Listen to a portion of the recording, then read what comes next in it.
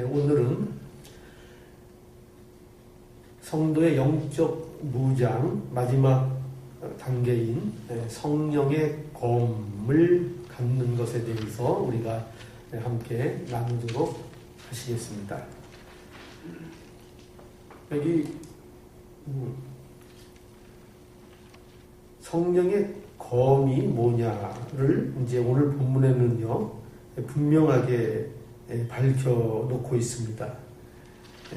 성령의 검, 곧 하나님의 말씀을 가지라 해서 하나님의 말씀이 곧 성령의 검인 것을 오늘 본문이 우리에게 분명하게 밝혀놓고 있습니다.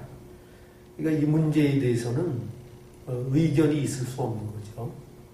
성령의 검이 뭐냐? 우리가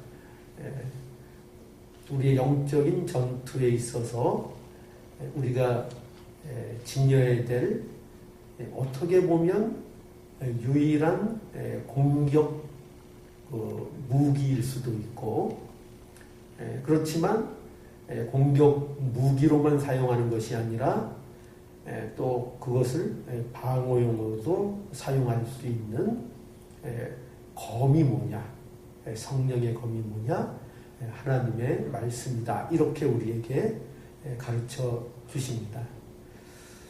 우리가 보통 전쟁에서도 그런 얘기들 많이 하죠. 공격이 최선의 방어다. 그런 말 좀 들어보셨어요?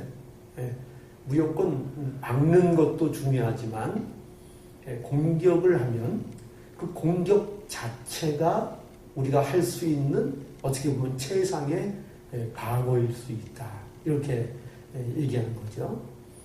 그럼 우리의 이 전투에 있어서 그렇게 할 수 있는 게 뭐냐 하면 성령의 검이다, 이것다.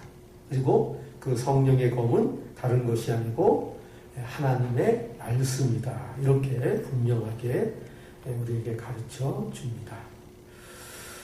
그러면 이제 우리가 이 말씀을 놓고 왜 그런가를 생각해 볼 수 있겠죠. 왜 하나님의 말씀이 성령의 검인가? 왜 하나님의 말씀을 성령의 검이라고 우리에게 말씀하고 있는가? 요한복음 14장 16절 한번 보시겠습니다. 요한복음 14장 16절.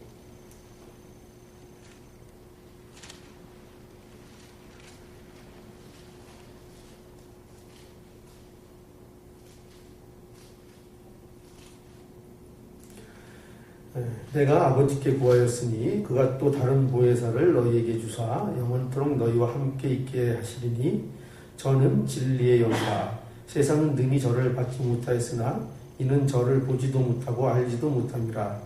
그러나 너희는 저를 아나니 저는 너희와 함께 거하심이요 또 너희 속에 계심이니라. 라고 해서 성령, 이 우리에게 하나님이 허락하시는 이 보혜사 성령으로 인하여 우리에게 하나님께서 필요한 것들을 이 성령의 역사를 통하여 깨닫게 하시는 그 자녀들에게 있어서 이 귀한 역사가 일어나도록. 그래서 그 17절에 보면 저는 진리의 영이라 이렇게 되어 있지 않습니까? 진리의 영이라. 그러니까 성령과 그 말씀은, 진리는 항상 어떻게 보면 한 조로 이렇게 설명될 수 있는 그런 것입니다. 또 한번 요한복음 16장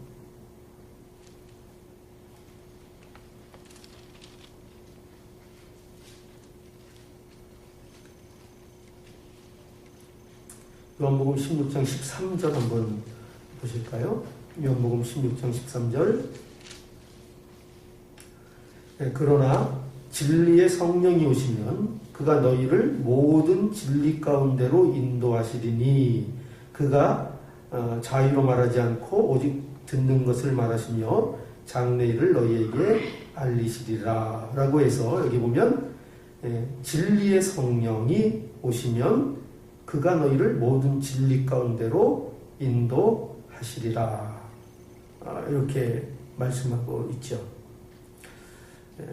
그러니까 이 성령이라는 것은 우리를 진리 가운데로 인도하는 것이고 또 말씀을 통하여 이 성령께서 하시는 일이 뭐냐면은 진리를 깨달을 수 있도록 진리 가운데로 인도하는 이 일을 이제 성령께서 하신다는 것입니다.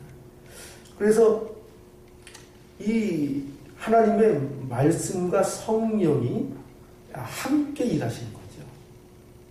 다시 얘기하면 하나님의 말씀은 성령으로 인하여 이제 역사하신다는 겁니다. 하나님의 말씀이 그러니까 하나님의 말씀이 우리에게 주어질 때 그 말씀이 말씀 자체도 성령으로 말씀이 기록되었다 이렇게 되어 있고 또 그 말씀을 깨닫는 것도 어떤 무엇의 역사를 통하여 그 말씀을 깨달을 수 있는가 하면은 성령의 역사를 통하여 성령이 가르쳐 주셔서 우리에게 깨닫는 영을 허락해 주셔서 그 말씀을 알 수 있도록 그래서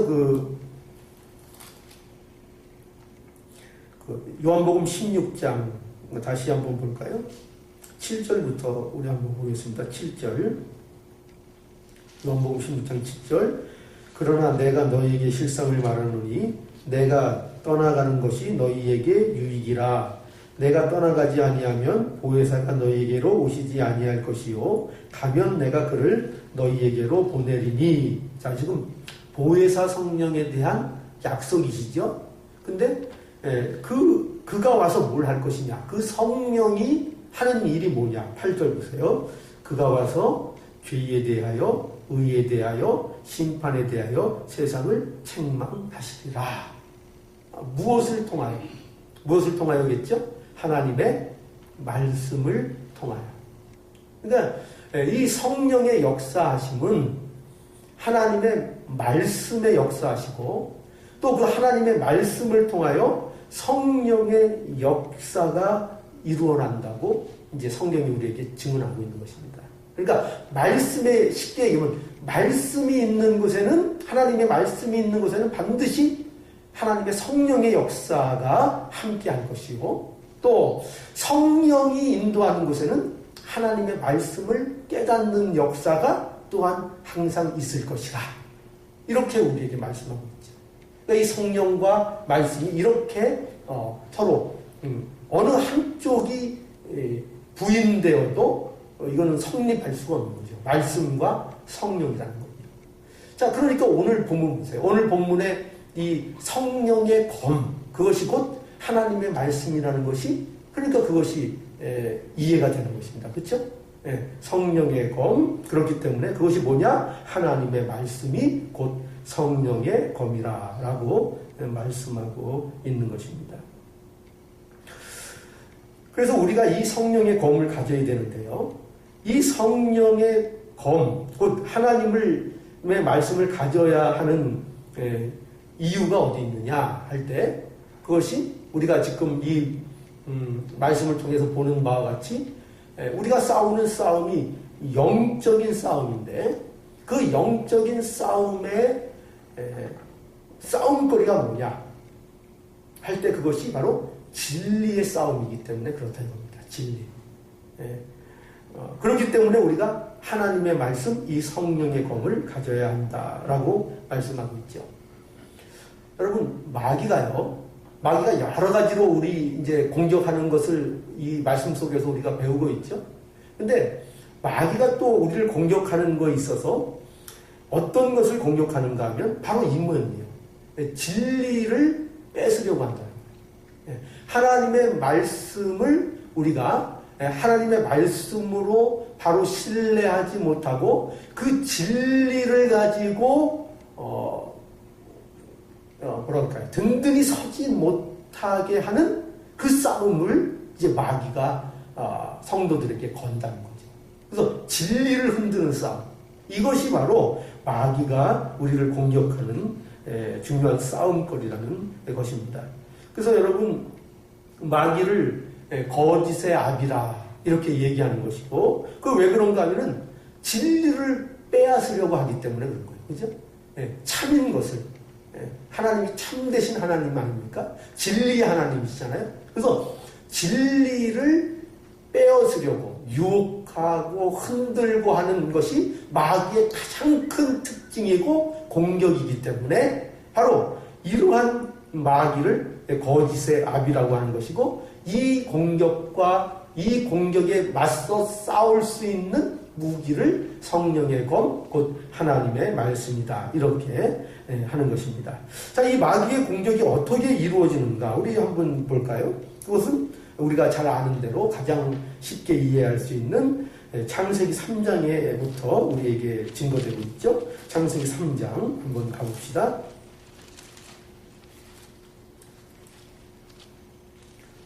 창세기 3장 1절부터 6절까지 우리 한 목소리로 한번 읽겠습니다. 창세기 3장 1절로 6절입니다. 여호와 하나님이 지으신 들짐승 중에 뱀이 가장 강교하더라. 뱀이 여자에게 물어가로되 하나님이 참으로 너희더러 동산 모든 나무의 실과를 먹지 말라 하시더냐. 여자가 뱀에게 말하되 동산 나무의 실과를 우리가 먹을 수 있으나 동산 중앙에 있는 나무의 실과는 하나님의 말씀에 너희는 먹지도 말고 만지지도 말라.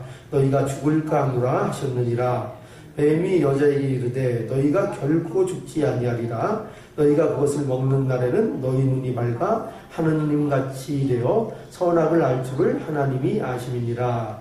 여자가 그 나무를 본즉 먹음직도 하고 보암직도 하고 지혜롭게 할 만큼 탐스럽게도 한 나무인지라. 여자가 그 실과를 따서 먹고 자기와 함께한 남편에게도 주매 그도 먹은지라. 자, 우리 너무나 잘 아시는 말씀이죠. 사단이 강교한 그 뱀을 이용해서 우리의 인류의 최초의 시조인 하와와 아담을 유혹하고 시험에 빠뜨려서 결국 하나님 앞에 범죄하게 하는 그런 장면입니다. 여기 보면 마귀가 하는 말들이 전부 다 거짓인 거예요. 그죠? 거짓으로 하와를 유혹하고 있는 것입니다. 여기 처음부터 그러죠. 참으로 너희더러 동산 모든 나무의 실과를 먹지 말라 하시더냐. 정말로 하나님이 그러시대. 그래서 벌써 그 마음에 그 진리를, 하나님이 주신 약속을 흔드는 것으로 시작을 하잖아요. 정말 그렇게 하더냐. 우리도 그러잖아요. 누가 뻔한 사실임에도 불구하고 누가 와서 그게 정말 그러더냐 이런 식으로 와서 꼬이면 어떻게 됩니까? 그러면 혹시 아닌가? 처음에는 좀 맞서겠죠. 그럴 리 없어. 계속 옆으로 와서 계속 그렇게 물어보는 거예요. 정말 그렇게 얘기하는. 다른 생각도 좀 있을 거야. 계속 공격하면 그러면 어떻게 되죠? 내가 잘못 생각하고 있는 거 아닌가? 정말 그게 아닌데 내가 그렇게 생각하는 거 아닌가? 이런 의심이 우리 마음속에 들어오죠. 자, 이렇게 마귀는 이렇게 거짓을 통하여 흔들기 시작합니다. 이렇게 하면서 이제 그 하와가 이 말에 흔들리니까 보세요. 4절에 뱀이 여자에게 이르되 너희가 결코 죽지 아니하리라 라고 아주 결정적인 거짓말. 이 거짓말을 처음부터 마귀가 했으면 넘어갔을까요? 처음부터 이렇게 했으면 안 넘어갈 수도 있죠. 그죠? 근데 처음에 어떻게 시작했다고요? 참으로 그렇게 말씀하시더냐. 아주 어떻게 보면 조심스럽게 다가오는 거죠. 조심스럽고 좀 예의도 갖춰서. 그죠? 처음에 거부 반응 없게. 참으로 그렇으시냐 하니까 거기에 이제 흔들려서 나중에 흔들리니까 마귀가 결정적으로 그런 일이 일어나지 않는다. 그거 먹어도 괜찮다. 안 죽는다. 큰 소리 땅 치니까 자신감을 확 보여주니까 그때 어떻게 되죠? 넘어가죠. 네. 여러분, 그 이단들의 그 속임수도 거의 이런 패턴을 많이 합니다. 아주 예의 바르게 들어와서 자존심 안 상하게 들어와서 살살 옆에서 흔들죠. 흔들고 이제 그 말이 조금 이제 먹히기 시작한다고 생각하면 자신감 있게 아니라고 이제 외칩니다. 여러분, 인간이요, 센 것 같아도요, 결코 세지 않아요. 왜 세지 않냐? 인간은요, 전부 다 뭔가 확실한 것이 없기 때문에 누군가가 뭔가를 확실하게 제시하면 거기에 마음이 혹하게 돼 있어요. 그것이 처음에는 거짓 같고 그것이 말도 안 되는 것 같은데 그걸 자꾸 주장하면서 그거에 대하여 확신을 심어주고 확신 있는 모습을 보이면요, 거기에 따라갑니다. 왜냐하면 자기가 가진 확실한 게 없기 때문이에요. 그래서 사람이 지조 없는 사람일수록, 자기가 가진 것이 확실한 것이 없는 사람일수록 남을 의지하게 되죠. 남을 말에 솔깃솔깃하게 되죠. 그런 면이 있는 거예요. 그러니까 우리가 진리도, 우리가 하나님의 이 말씀에 대한 이 진리를 우리가 분명하게 우리 안에 진리로서 갖고 있지 않으면 우리가 분명하게 잡고 있는 것이 없기 때문에 누군가가 이게 진리다라고 아주 자신있게 나오면 그 자신감 앞에, 그 당당한 앞에 끌려가게 되기 때문이니까요. 그래서 여러분, 그 많은 사람들이 그래서 그 잘못된 이단들에게 따라가는 거예요. 우리가 생각할 때는 저 사람들 왜 이렇게 바보 같으냐 이렇게 생각할 수 있죠. 심지어는 자살을 유도해도 그거를 집단적으로 따라한다니까요. 그런 일이 어떻게 가능하다고요? 그게 바로 흔들리고 우왕좌왕하고 갈팡질팡하는 자에게 분명한 길을 제시해 주기 때문에, 분명하게. 그게 비록 틀린 거지만, 틀린 건데 분명한 걸 확신 있게 얘기하면 거기에 사람들은 어떻게 된다고요? 혹한다고요. 혹해. 그래서 이게 바로 진리의 싸움이고, 마귀가 그렇게 우리 성도들도 공격을 한다는 것입니다. 근데 다 거짓말이죠. 마귀 하는 말은 다 거짓말이죠.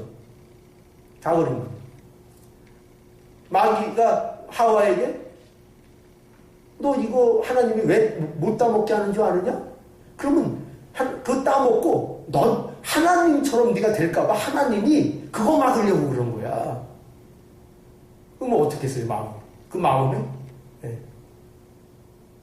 넘어가는 거죠. 의심하고. 이렇게 마귀가 공격을 해서요, 무엇을 하느냐? 하나님에 대한 신뢰를 우리에게 빼앗는 것입니다. 하와에게 그랬듯이요. 그죠? 하나님의 주신 그 말씀에 대한 신뢰를 빼앗아 버리는 거예요. 이것이 마귀가 하는 것입니다. 여러분, 하나님이 어떤 분이시죠? 우리가 어떤 하나님을 믿고 있습니까? 우리가 왜 하나님의 말씀을 진리로 믿죠? 그 이유는 뭐예요? 그것은 그 근거가 나한테 있기 때문이 아니에요.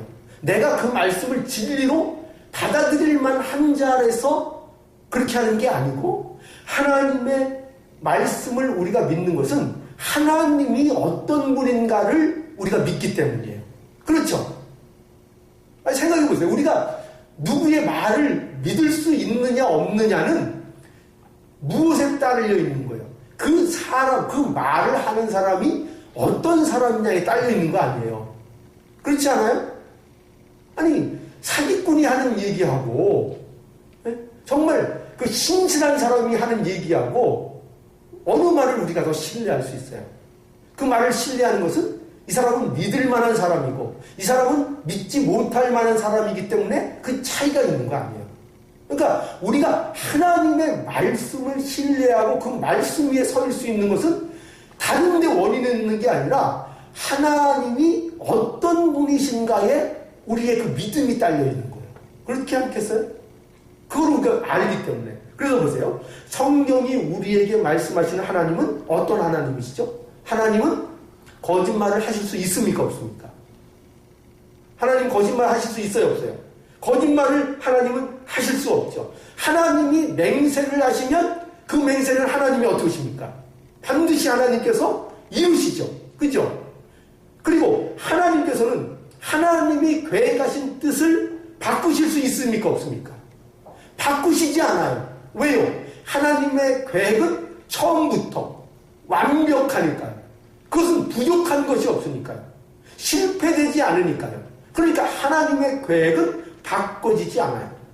하나님의 말씀은 하나님은 그 말씀 시건하지 않으세요. 하나님의 말씀은 그냥 나왔다가 한 달에도 그냥 땅에 떨어지는 그런 말씀이 있을 수 없어요.